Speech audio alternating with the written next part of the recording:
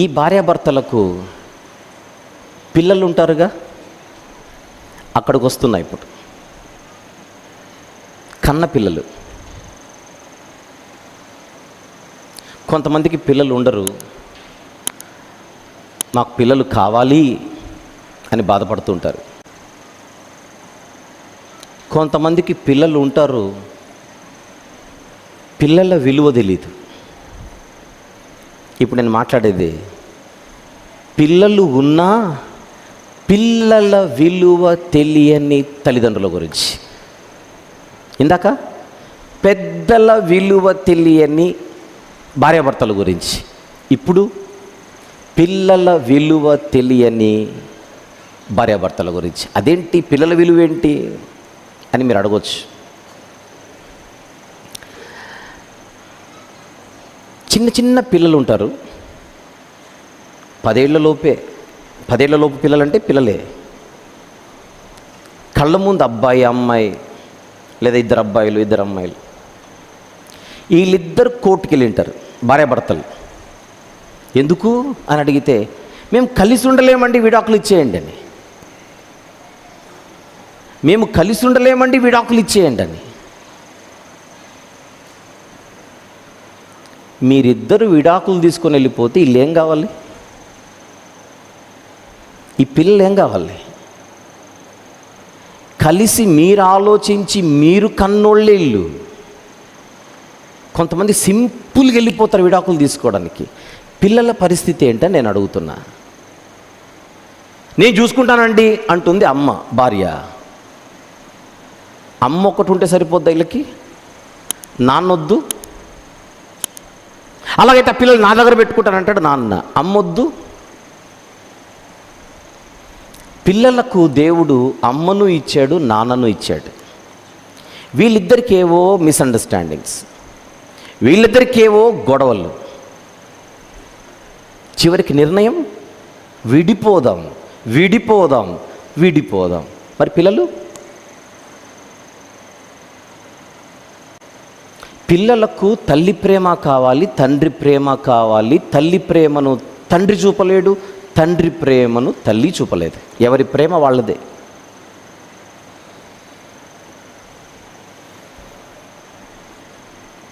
ఎప్పుడైనా విడాకులు తీసుకునే కేసుల గురించి విన్నప్పుడు నాకు వచ్చే ప్రశ్న, వాళ్ళకి పిల్లలు ఉన్నారా అని అడగాల్సి వస్తుంది. ఉన్నారు అన్నారు అనుకోండి, పిల్లలు ఉన్నప్పటికీ విడిపోవాలనే ఆలోచన ఎట్లా వచ్చింది వీళ్ళకి? వీళ్ళిద్దరికి మధ్య ఏవో అండర్స్టాండింగ్ ప్రాబ్లం ఉంటే వాళ్ళిద్దరిని చూసైనా కలిసి ఉండాలిగా. అంత ఈజీగా పిల్లల్ని ఎలా వదులుకుంటున్నారా అని విచిత్రం అనిపిస్తుంది. సహజంగా మామూలుగా అయితే తల్లిదండ్రులు ఎవరికైనా 2 రోజులు పిల్లల్ని చూడకపోతే 3వ రోజు ఎలానో ఉంటుంది, నా పిల్లలతో మాట్లాడలేదు, నా పిల్లల్ని చూడలేదని. తట్టుకోలేరు పిల్లల్ని చూడలేక. ఎక్కువ శాతం నేను మాట్లాడేది కొన్ని కేసుల గురించే మాట్లాడుతున్నా, అందరి గురించి కాదు. ఇంత కఠిన హృదయులై జనరల్గా మాట్లాడితే కన్న పిల్లలతో ఎవరూ సాటి కాదు. ఒక ఆయన మరొకరితో సంబంధం పెట్టుకున్నాడు అనుకుందాం కాసేపు. ఒక ఆయన మరొకరితో వివాహేతర సంబంధం పెట్టుకున్నాడు. పిల్లల పరిస్థితి? పిల్లలకు మీరు చెప్పండి, లోకంలో మనము తప్ప ఎవరున్నారు? మనము తప్ప ఎవరున్నారు పిల్లలకు? మీరు ఎవరికైనా ఇవ్వండి పిల్లల్ని, మనము చూసుకున్నట్టుగా చూసుకుంటారా? మనము పంచిన ప్రేమ వాళ్ళు పంచగలరా?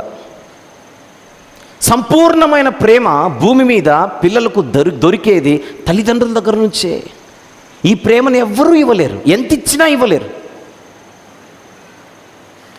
మన పిల్లలకు మన దగ్గర నుంచి రావాల్సింది ఆస్తులు, అంతస్తులు, అవి తర్వాత సంగతి. ప్రైమరీగా ప్రేమ కావాలి. ప్రేమ. ఉదయం ఆఫీస్కి వెళ్ళిన మనిషి డాడీ సాయంత్రం ఇంటికి వచ్చేసరికి ఆ పిల్లల ముఖాలు చూడాలి. కడుపు నిండిపోతుంది ఆ ఎక్స్ప్రెషన్స్ చూసి. అలసటంతా వెళ్ళిపోతుంది.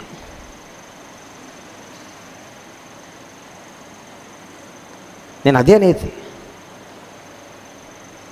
ఆ ఇద్దరు పిల్లలకు, ముగ్గురు నలుగురు ఏదైతేనేమి, మనము తప్ప లోకములో ఎవ్వరూ లేరు, అది నిజం. What next? పర్లేదండి, వాళ్ళని అక్కడ పెట్టేసి ఇక్కడ పెట్టేసి నెలకు ఇంత ఇస్తాం. నెలకు ఇంత ఇస్తారు, డబ్బులు ఇస్తారు. ప్రేమ ఎవరివ్వాలి? ప్రేమ ఎవరివ్వాలి?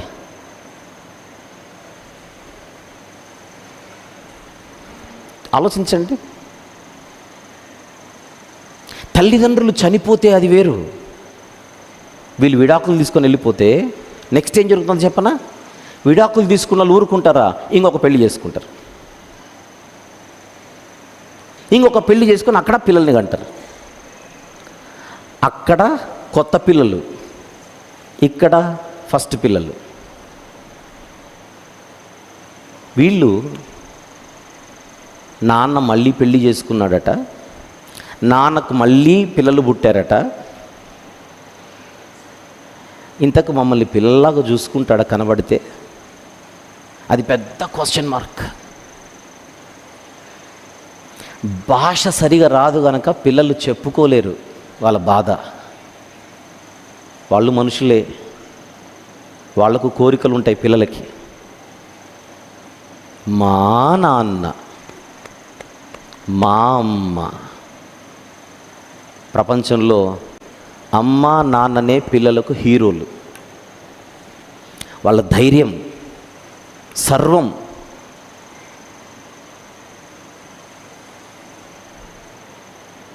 పెళ్లి చేసుకొని పిల్లల్ని కని విడాకులు తీసుకొని అక్కడికి వెళ్ళి ఇంకొక పెళ్లి చేసుకుంటే ఈ పిల్లలు ఏం కావాలి? వీళ్ళిద్దరూ బతికే ఉన్నా వీళ్ళిద్దరు అనాథలుగా బతుకుతుంటారు, దిక్కు లేక బతుకుతుంటారు, రోడ్ల మీద తిరుగుతుంటారు. కన్న పిల్లలకు ఇలాంటి అన్యాయం చేసేవాళ్ళు ఉగ్రవాదుల కంటే ద్రోహులని నేను అంటాను.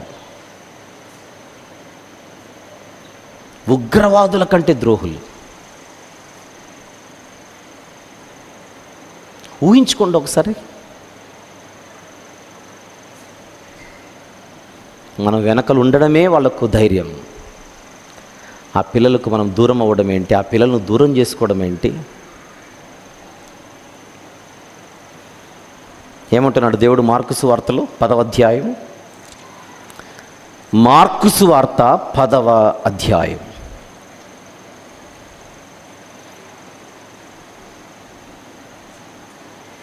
4వ వచనం నుంచి 4వ వచనం నుంచి 2వ వచనం నుంచి, పరిసయ్యులు ఆయన యొద్దకు వచ్చి ఆయనను శోధించుటకై, పురుషుడు తన భార్యను విడనాడుట న్యాయమా అని ఆయనను అడిగిరి. అందుకు ఆయన, మోషే మీకు ఏమి ఆజ్ఞాపించినని వారిని అడిగాను. మీరు స్క్రీన్ మీద రెఫరెన్స్ చూపించట్లేదు సార్. మోషే మీకు ఏమి సెలవిచ్చానని అది చదవండి. మోషే మీకు ఏమి ఆజ్ఞాపించానని వారిని అడిగాను. వారు పరిత్యాగ పత్రిక వ్రాయించి ఆమెను విడనాడవలనని మోషే సెలవిచ్చానని చెప్పగా, యేసుప్రభు అంటున్న మాట, మీ హృదయ కాఠిన్యమును బట్టి అతడి ఆజ్ఞను మీకు రాసిచ్చాను కానీ సృష్టి ఆది నుండి దేవుడు వారిని పురుషునిగాను స్త్రీనిగాను కలుగజేసెను. వాళ్ళు కలిసే ఉండాలి.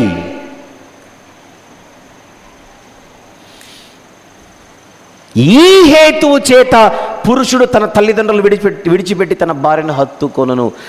తల్లిదండ్రులను విడిచిపెట్టి భార్యను హత్తుకొనును ఎందుకు చెప్పాడు? ఇక్కడ చెప్తున్నాడు. ఈ హేతువు చేత. ఏ హేతువు చేత? మీరిద్దరు విడిపోకూడదు అని చెప్పే మెసేజ్ అది. అంటే ఆదికాండం 2వ అధ్యాయం 24వ వచనంలో పురుషుడు తన తల్లిని తండ్రిని విడిచిపెట్టి తన భార్యను హత్తుకొను అనే దాంట్లో మెసేజ్ ఏంటంటే విడాకులు తీసుకోకూడదని పాయింట్ అది. ఆదికాండం 2:22 నుంచి ఆదికాండం 2:22లో పెళ్లి చేసి 24లో విడిపోకూడదని చెప్పాడు. మాటకు ముందు విడిపోదాం, మాటకు తర్వాత విడిపోదాం. దేవుడు జతపరిచిన వారిని మనుష్యుడు, 9వ వచనం, వేరుపరచకూడదు. ఎవడో వచ్చి వేరుపరిస్తేనే నేను ఒప్పుకోనంటున్నా దేవుడు. మీ అంతకు మీరు విడిపోతామంటే బయటోడు ఎవడో వచ్చి విడగొడితేనే ఒప్పుకోనంటున్నాడు. ఇక్కడ మీ ఇద్దరు విడిపోతానంటారేంటి? పెళ్లి నియమం ఏంటి? పెళ్లి నిబంధన ఏంటి? వ్యాధి అందును, బాధ ఎందును, లేమి ఎందును, కలిమి ఎందును, అన్ని పరిస్థితుల్లో మనము కలిసే ఉండాలి. హత్తుకోనును, ఆ మాటలను అర్థం ఏంటి? తన భార్యను హత్తుకోనును అంటే అర్థం ఏంటి? విడిచిపెట్టకూడదని. అలాగనే భార్య భర్తను హత్తుకొని ఉండాలి. అర్థం ఏంటి? విడిచిపెట్టకూడదని. తల్లిదండ్రులు ఇద్దరు ఉంటేనే పిల్లలకు ధైర్యం. వాళ్ళిద్దరు దూరం అయితే వారిని అసలు ఊహించుకోలేం వాళ్ళ పరిస్థితి. మీకు క్వశ్చన్ చెప్పనా? జీవితాంతం ఆ ఇంపాక్ట్ వాళ్ళ మీద ఉంటుంది. ఆ పిల్లలు తెలియకుండానే ఒక రకమైన ఫ్రస్ట్రేషన్లో బతికేస్తుంటారు. వాళ్ళ జీవితం అంటేనే విసుగు వచ్చేస్తూ ఉంటుంది. అందరిపై విసుక్కుంటుంటారు. వాళ్ళకి ఏదో లోటు. డబ్బున్న లోటే, చదువున్న లోటే, ఉద్యోగం ఉన్న లోటే, చిన్నప్పటి లోటు, చేదు జ్ఞాపకాలు. చచ్చిపోయేంతవరకు వాళ్ళకు ఉండేటువంటి బాధ ఏంటో చెప్పనా? నేను మా నాన్న ప్రేమను పొందలేదు. మా నాన్న బతికే ఉన్నా మమ్మల్ని చూసుకోలేదు. మా అమ్మ బతికే ఉన్నా మమ్మల్ని విడిచిపెట్టేసింది. మానసికంగా ప్రభావం వాళ్ళ మీద పడి, విషయం చెప్పనా, ఆ కోపాన్ని దానిని ఎవరి మీదనో దేని మీదనో చూపిస్తుంటాడు. చేతిలో పుస్తకాలు ఉంటే చింపేస్తాడు. ఎందుకంటే మైండ్ లేదు ఇక్కడ. హోంవర్క్ చేసుకుంటుంటాడు, ఎక్కదు, ఏదో ఆలోచిస్తాడు. అమ్మ నాన్న ఇద్దరు లేకపోయి, పోనీ ఒకరు లేకపోయి 24 గంటలు కొట్టుకుంటూనే ఉన్నారు తల్లిదండ్రులు. కొట్టుకుంటూనే కళ్ళ ముందు కనపడుతున్న మా గురించి ఆలోచించట్ల. ఒక ముద్దు లేకపోయి, ముచ్చట లేకపోయి పిల్లలతో ఎప్పుడు వీళ్ళిద్దరు కొట్టుకోవడానికే సరిపోయింది. కొట్టుకొని ఒకరోజు విడిపోతారు. అమ్మ మీద నాన్న జోకులు వేస్తుంటే, నాన్న మీద అమ్మ జోకులు వేస్తుంటే వీళ్ళు చాలా ఎంజాయ్ చేస్తుంటారు దగ్గర ఉండి. నేను నాన్న పార్టీ ఒకరు, నేను అమ్మ పార్టీ ఇంకొకరు. అది చూడండి, వాళ్ళ ప్రపంచమే మనం.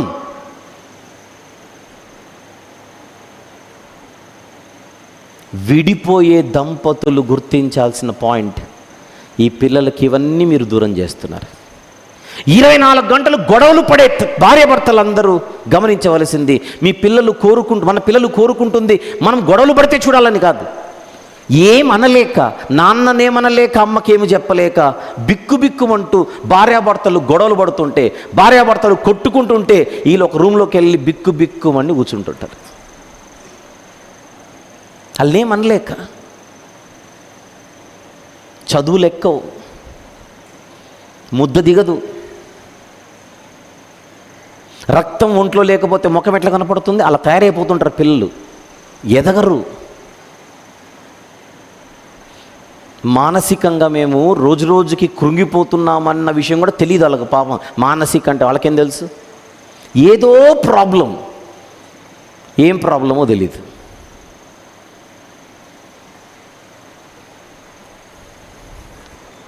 వీళ్ళిద్దరిని ఏమనలేక ఆ పుస్తకాలపై, హోంవర్క్పై, ఎగ్జామ్స్పై అదంతా చూపిస్తుంటారు. మార్కులు తక్కువ వస్తున్నాయి, నిలబెట్టి టీచరు మాస్టర్ గారు అడుగుతున్న అందరిలో, ఏం చదవట్లేదా 2 వాయించేస్తారు. వాళ్లకు తెలియదు పాపం వీడి ప్రాబ్లం. వీడు చదవగలడు, చదవలేకపోతున్నాడు. కారణం ఫ్యామిలీ పరిస్థితి బాగలేదు, మైండ్ పెట్టలేకపోతున్నాడు. అమ్మాయినా అబ్బాయినా. తల్లిదండ్రులు ప్రేమగా ఉండకపోతే ఆ ప్రభావం పిల్లల మీద పడుతోంది, గమనిద్దామని అడుగుతున్నాను, ఏమనట్లేదు నేను. పిల్లలు చెడిపోవడం అంటే వాళ్ళ కెరియర్ దెబ్బతి, వాళ్ళ లైఫ్ పాడవుతోంది, వారి మైండ్ పాడవుతోంది. గర్భఫలము దేవుడిచ్చు బహుమానం. తండ్రులారా, మీ పిల్లలకు కోపము రేపక ప్రభు బోధలోను ప్రభు శిక్షలోను పెంచుడి. దేవుడేమో పిల్లల్నిచ్చి మీరు పెంచుతారు అని అంటున్నాడు, పెంచాలి అని అంటున్నాడు. టైం ఎక్కడుంది? చక్కగా దేవుని మాటలు చెప్పి చక్కగా వారిని ప్రతి ఆదివారం మందిరానికి తీసుకొని వెళ్తూ ఇలా ఉండాలి నాన్న, ఇలా ఉండాలి నాన్న అని నేర్పిస్తూ ఆడుకుంటూ,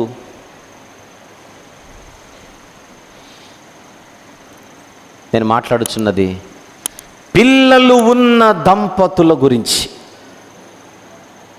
పిల్లల విలువ తెలియట్లేదు అంటున్నాను.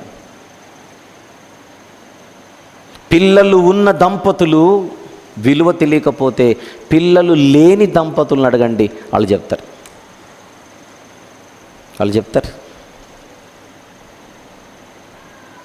అందుకే ఒక్కోసారి అంటుంటారు, మీకు పిల్లలను చూసుకోవడం రాకపోతే మాకు ఇచ్చేయండి బావా, పిల్లలు మేము చూసుకుంటాం అంటుంటారు.